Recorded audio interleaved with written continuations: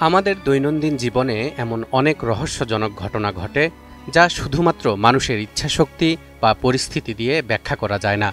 পবিত্র কোরআন ও হাদিসে স্পষ্টভাবে বলা আছে, দৃশ্যমান নয় এমন কিছু শক্তি আছে যা মানুষকে প্রভাবিত করতে পারে। আবার মানুষও সেই অদৃশ্য শক্তিকে কিছু কিছু ক্ষেত্রে প্রভাবিত করতে সক্ষম। প্রিয় দর্শক, আজ আমরা সেই রহস্যময় সম্পর্কের গল্প জানব। সঙ্গেই থাকুন। ইসলাম ধর্মের বিশ্বাস অনুযায়ী জিন হল অদৃশ্য এক জাতি, যারা আল্লাহর ইবাদতের জন্য সৃষ্টি হয়েছে।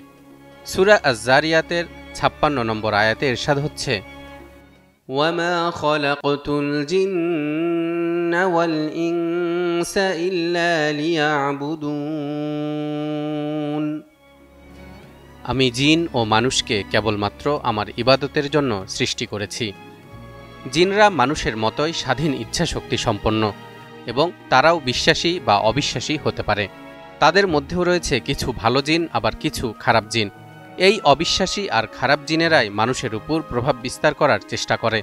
কোনো ক্ষেত্রে তারা সফল হয়, আবার কোনো ক্ষেত্রে সফল হয় না। ইসলামী বিশ্বাস অনুযায়ী জিন জাতি মানুষের মতোই পুরুষ ও স্ত্রী জাতিতে বিভক্ত। তারা মানুষের সাথে বিভিন্নভাবে যোগাযোগ স্থাপন করে তাদেরকে প্রভাবিত করতে পারে। জিনরা যে মানুষের উপর প্রভাব বিস্তার করতে পারে তার প্রমাণ রয়েছে পবিত্র কোরআনেই। সূরা বাকারার ২৭৫ নম্বর আয়াতে ইরশাদ হচ্ছে, الذين يأكلون الربا لا يقومون إلا كما يقوم الذي يتخبطه الشيطان من المس।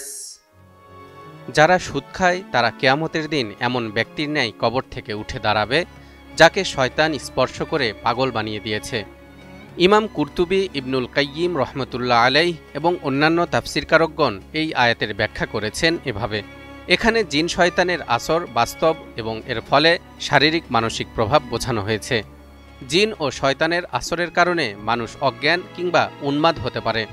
অভিজ্ঞ লোকদের বহু অভিজ্ঞতাও এ বিষয়ে সাক্ষ্য দেয়।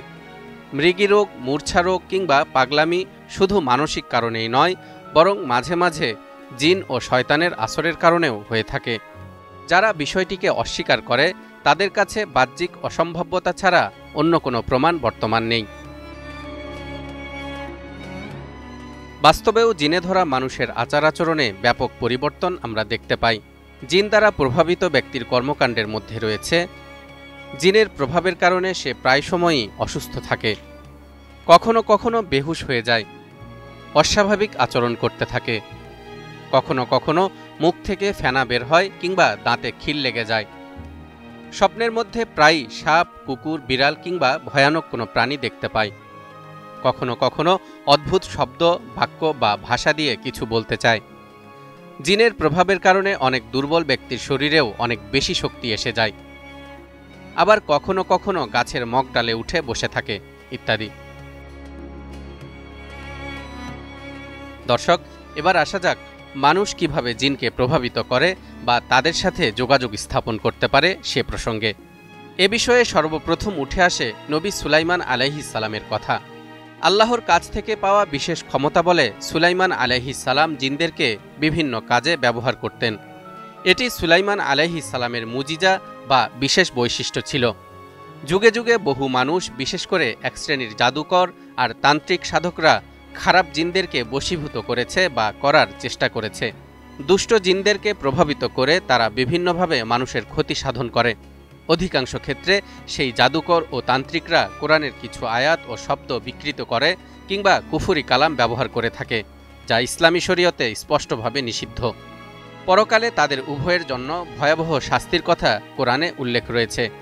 ইরশাদ হচ্ছে, ওয়ায়াউমা ইয়াহশুরুহুম জামিআ ইয়া মা'শারাল জিন্নি ক্বাদ ইসতাকসারতুম মিনাল ইনস ওয়া ক্বালা আউলিয়াউহুম মিনাল ইনসি রাব্বানা ইসতামতা'a